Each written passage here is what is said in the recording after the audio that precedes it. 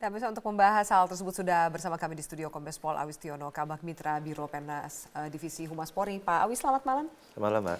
Pak Awis, kalau Anda lihat tentu juga ada statement dari Mahfud MD bahwa Polri harus tegas, tidak bisa ditekan dan lain-lain. Sejauh ini kita lihat banyak sekali aksi penyampaian aspirasi oleh masyarakat. Bagaimana posisi dari Polri sendiri, terutama kasus yang ini bahwa juga mengait-kaitkan dengan nama Kapolda Jabar? Saya pikir kita masih dalam koridor, Mbak. Selama ini kan kita menangani kasus per kasus kan. Terkait dengan kasus FPI sendiri kan memang yang menarik Habib Rizik kan sebagai terlapor di Polda Jabar. Tentunya kan Polda Jabar punya kewajiban kan untuk melaksanakan itu terkait dengan pro justisianya kan, demi keadilannya. Tapi apakah Polri memang merasa tertekan akibat adanya demo, terutama untuk hari ini yang mengajukan sejumlah tuntutan seperti itu, Pak? Oh, saya pikir kita tidak lah, kita organisasi besar.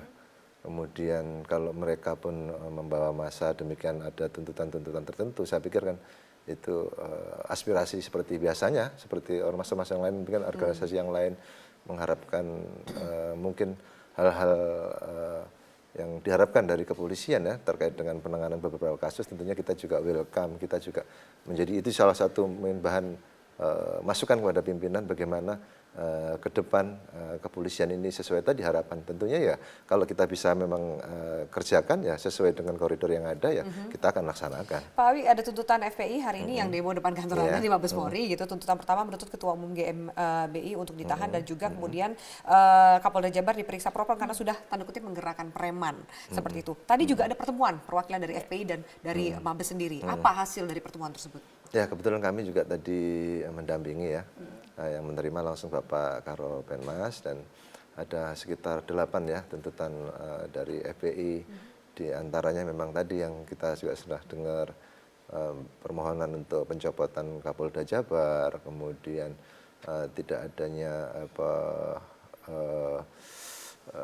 pilih kasih dalam penanganan kasus. Beberapa ini kan mereka seakan-akan tidak seimbang. Beberapa kasusnya tidak ditangani dengan serius, tapi kasus yang lain kalau sudah melibatkan pimpinan mereka, polisi langsung responsif. Iya, tapi Pak Awi, posisi Polri sendiri seperti apa? Apakah sikapnya nanti akan mengakomodir seluruh tuntutan dari FPI yang diajukan tadi ada 8 poin?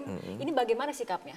Ya tentunya nanti kan kembali ya, tadi saya sampaikan diterima Bapak Karo Penmas, kemudian nanti dilaporkan kepada pimpinan, kita sajikan kepada Bapak Kapolri, kembali semua tentunya decision maker di beliau ya. Dan tentunya tadi kan akan dievaluasi seperti apa tuntutan, misalnya kasus. Apakah ada kerangka waktunya Pak Awi? Tentunya secepatnya nanti kita akan sajikan kepada pimpinan. Misalnya kan seperti kasus tadi para pendemo perwakilan menyampaikan jangan kriminalisasi ulama. Ya, kita quote and quote mana yang kita kriminalisasi gitu.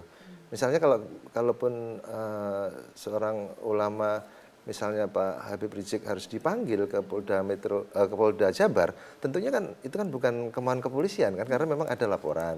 Dan itu tadi kita tindak lanjuti. Kita juga tidak ada unsur untuk mengkriminalisasi itu. Dan tentunya nanti menjadi evaluasi nanti ke Bareskrim, bagaimana Bareskrimnya begitu. Pak, Anda lihatkah apa kalau sekarang eskalasinya demonstrasi semakin tinggi dan lain, adakah Anda lihat secara politis atau secara hukum mungkin upaya untuk membenturkan dari penegak hukum kepada tokoh atau bahkan ormas tertentu? Anda lihat situasinya ada mengarah ke sana? Kalau saya pikir sih masih dalam koridor ya Mbak ya. Kalau demo-demo ini kan masih dalam artian kita masih bisa kawal, terus kita masih juga bisa mengamankan ya. Terkait dengan mungkin bicara tentang politiknya kami tidak ada kompetensi untuk menjawab itu. Oke, Pak Awi, ini dilihat dari kita memang membutuhkan polisi untuk bersikap kemudian objektif dan juga tegas karena ini ada kekhawatiran apakah kemudian tren untuk mengajukan tuntutan, mengajukan keluhan dengan menggerakkan massa ini menjadi suatu hal yang lumrah nantinya untuk ke depannya. Ya, kita harapkan juga tidak demikian ya kalau kita memang percaya betul dengan institusi kepolisian. Insya Allah kita juga akan laksanakan penegakan hukum secara proporsional ya. Kembali lagi kita bicarakan tetap case per case kan ini. Kita case per case tidak kita bisa generalkan.